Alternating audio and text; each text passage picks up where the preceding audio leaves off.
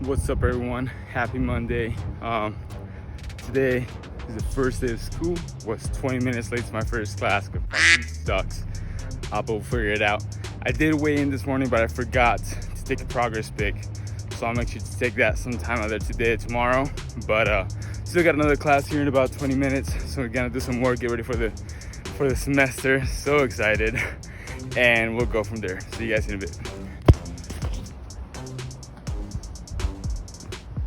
What's up, everyone? So finally home, got out of school. First day was great. So happy to be back.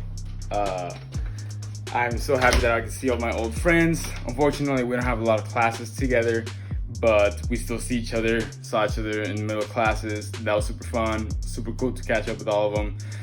So glad they're doing great. But now we have to get to a little bit of homework already. First day, I know.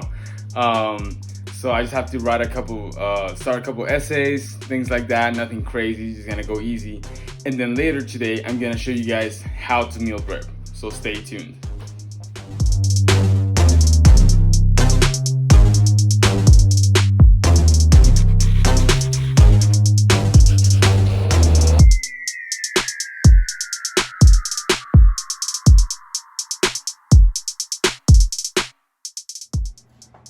Alright guys, so in this part of the video, I'm going to be teaching you guys a very general idea or very general way to meal prep. This is the way I meal prep. Like what you're about to see is the way I cook my food twice a week. And it's the food I eat for the rest of the week while I'm at school, I'm at work, or maybe even if I'm just at home. So before you keep watching this video, you might be wondering if meal prepping is even for you. So some of the main reasons why I think meal prep is very important, and the reason why I do it, is because it goes back to that thing that I talked about last video, where it's important to get ahead of it, to plan ahead. So if you already know what your meals are gonna be tomorrow, then you don't have to wait till tomorrow to make a decision on what you're gonna eat and make sure it's healthy, because you already made that decision today while you're in your kitchen in the same mind, without the worries and the preoccupations that are gonna be keeping you busy tomorrow. So if you make a good decision today, and tomorrow all you have to think is, okay, I just gotta eat the food that I made yesterday or a couple days ago, then that thought process and that decision making is totally gone. And not only you stop spending time and energy making that decision, but say you decide to eat healthy that day, then that means you have to come back in the kitchen, cook it all over again, get your dishes dirty, take time here in the kitchen, and it's just very time consuming in my opinion. I used to do that a couple years ago. I used to cook every single meal, and man, it killed me. I had no time for anything else. So some of the benefits that you might want to consider if you're thinking of meal prepping are that, one, you save money by buying in bulk and then cooking in bulk. That way you don't have to buy single meal every time you go out for lunch, for dinner, or anything like that. You save time because you only cook once or twice a week rather than every single day. And last but not least, which I think is most important, is you get to eat healthy and intentionally. Because the fact that you're making this decision right now makes you think, oh, well, why will I want to eat tomorrow? And if you have a clear idea of where you want to be in the next couple of months, you have goals for yourself, even if they're being really fit, being really skinny, or being really big, build a lot of muscle. All those different kinds of goals determine the kind of eating habits you're gonna have right now. So you get to think like, what do I want to reach in the next couple of months? And then you eat accordingly. So with that being said, let me show you guys how I do this. So first, I'm gonna show you guys how to cook a couple of protein items. So we're gonna begin baking some chicken breast. The best, obviously, can ever go wrong with chicken breast. And then I'm gonna show you guys how I cook some ground beef in large quantities. And then right after that, we're just gonna hop into how to make some easy rice, so you can side those with your protein meals. And that way, when you put them all together in a meal, you get in your balanced diet, or at least the way I do it. So let's get into it. To begin with, don't forget, the very first step we take is to preheat the oven. So the way mine works is press bake. I'm gonna go up to 425, because that's my sweet number. That's a number I do every time. Just press start and then get to the rest of the cooking right now. To begin, I will grab a baking pan, kind of big, like this one. This is my go-to. Usually, I just face the most chicken breasts in there. It doesn't have to stick out like this. It can be flat. It doesn't matter because chicken breasts aren't gonna grow into anything. Obviously, it's gonna stay the same. So as long as it's flat, large, and fits all of your food that you're trying to bake at the time, it's perfect. Then I just cover it with aluminum just so it doesn't make a mess, and I think it cooks better. I'm honestly not so sure. I don't think it makes that big of a difference.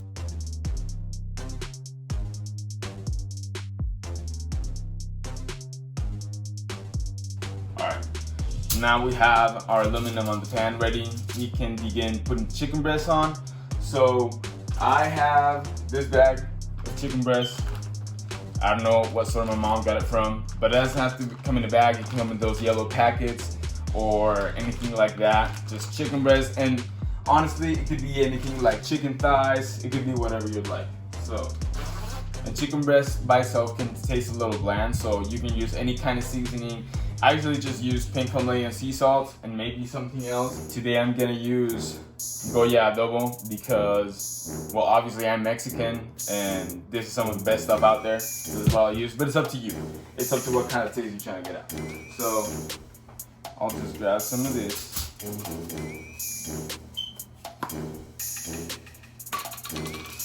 Just gonna sprinkle a little bit on and then flip it over.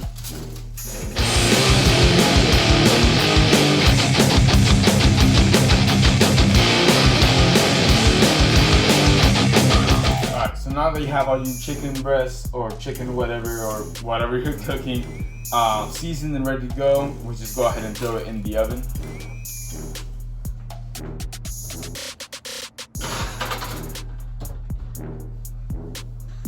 One thing to keep in mind about chicken breasts is to make sure you're always keeping an eye.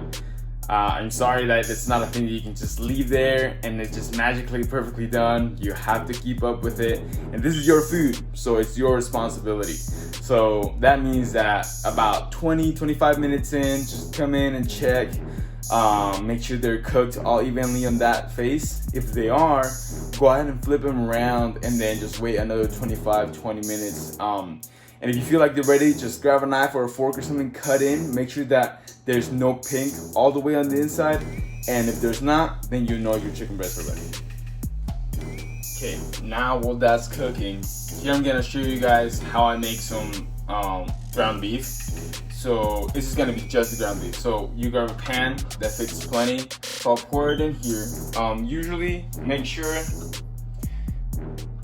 that your ground beef is also defrosted. Everything that we're doing here has to be defrosted for sure. You have to do that before you start cooking. But I grab these ground beef 1 pound packets. I cut them right down half. Then I just pour them right in here. And one thing to always remember and keep in mind is that when you're cooking with raw foods like this, then always wash your hands right after you handle the food. Don't touch anything else before washing your hands.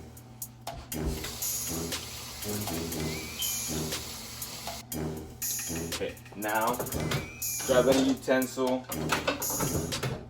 This is the one I'll use, and just start breaking everything in. Okay, so now that it's mostly broken in, get your lid.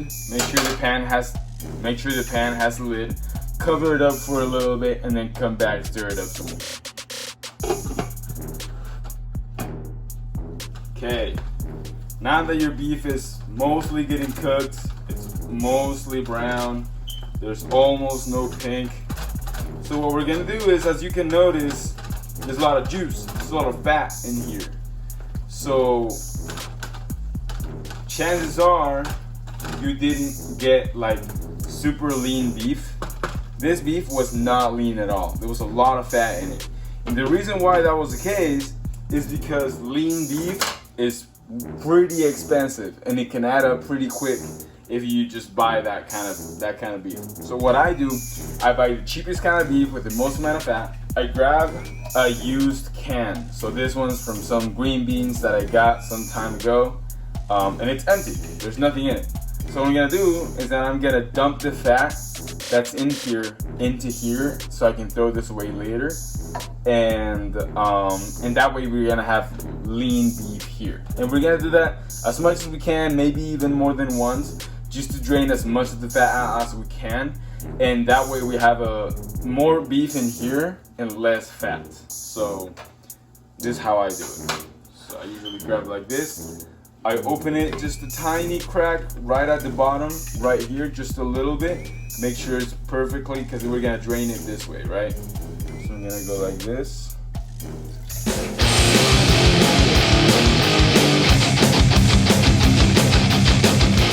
Good.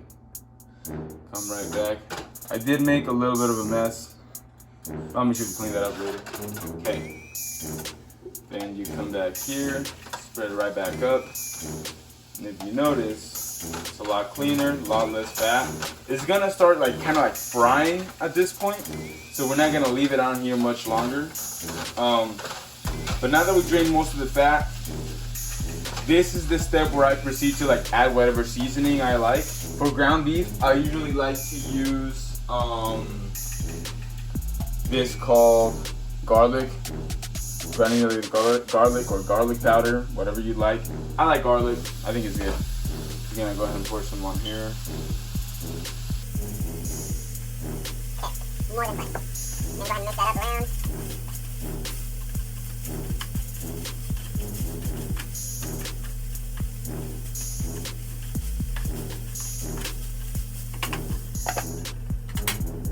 Okay, cook it just a little bit more and this should be good to go.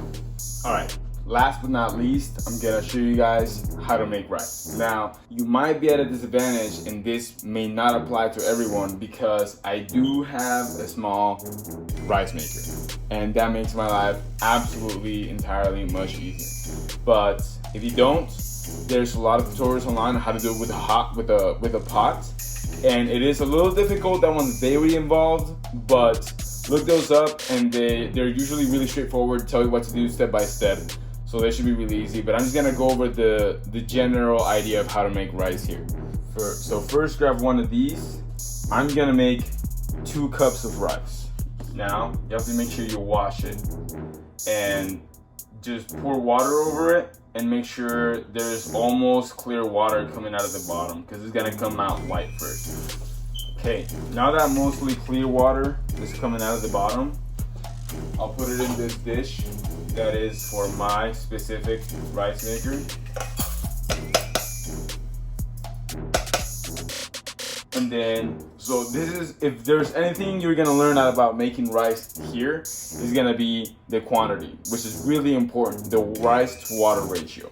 So if you're making 1 cup of rice, then you're gonna do 2 cups of water. But if you're making 2 cups of rice, then you're only gonna use 3 cups of water. This is crucial because if you use 4 cups of water for 2 cups of rice, you are going to end up with very, very squishy, almost liquidy rice. I already made the mistake, so I just wanna make sure you don't. So I'm gonna use this to measure 3 cups. So 3 cups of water right here. Just pour them in here.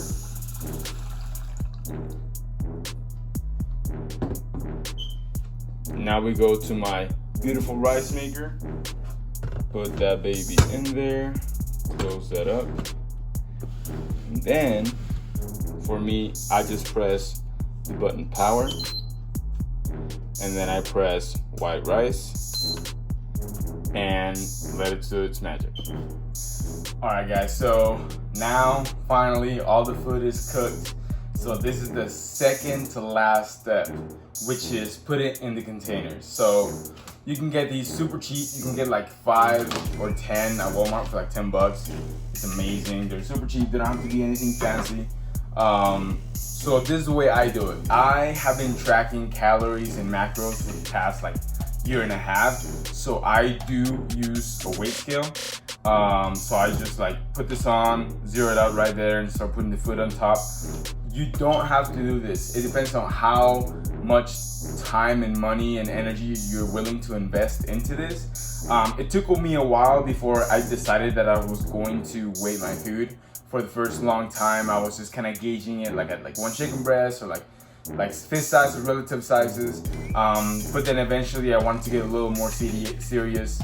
So I feel like I invested in a weight scale, and just so you know, my growth and my progress increased definitely as soon as I started using it. But I know it's not for everyone.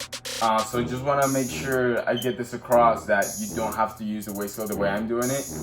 You can just use cups or anything like that, whatever meets your needs. So what I'm gonna do is that I'm gonna get all the food here, right? We got the beef, chicken, and then here is my rice. And I'm gonna start serving certain amounts. So what I do is super straightforward. I always do 8 ounces of meat and then 8 ounces of a carb.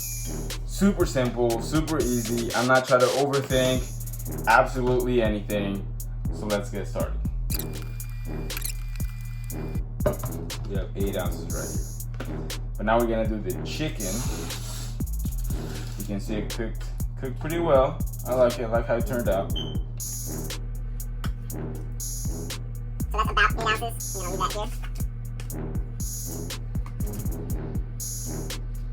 is more than 8 ounces. I'm just gonna break this out a little bit. Make sure we get closer to our number than not. Now we're gonna do the rice. So I'm gonna zero this out again. We're gonna do all over again now for the rice. Yeah. So these are ready. I'm gonna let the steam kind of come out a little bit before I put the lids on. And once I do that, I'm just gonna put them in the fridge in this little drawer where I put my stuff, and then can put this stuff away. Okay. So now that we're done preparing, cooking, and assorting all the foods in the respective containers, we get to the last step. There's one more step, and it's last but not least, and that's cleaning up. I'm guilty that sometimes I do leave a mess after meal prepping, and nobody is happy about it. Not even me, because later it's hard to get stuff done because you're looking for the same utensils you used last time and they're still dirty because you haven't washed them. So one thing I've learned is that it's a really good habit to make sure you leave everything super cleaned up. That way whoever's coming in next, maybe if it's you, can find the space clean to be able to cook their food comfortably. So let's get to that.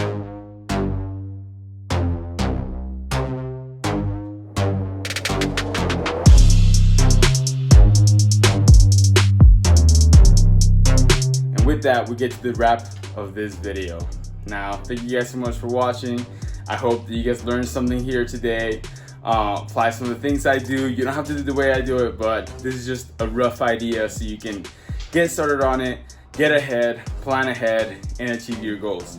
If you guys found this video informative, please drop a like and subscribe, or just hit me up on Instagram at yonadab.delacruz, and I hope to answer all of you guys' questions. So with that being said, I'll see you guys next time.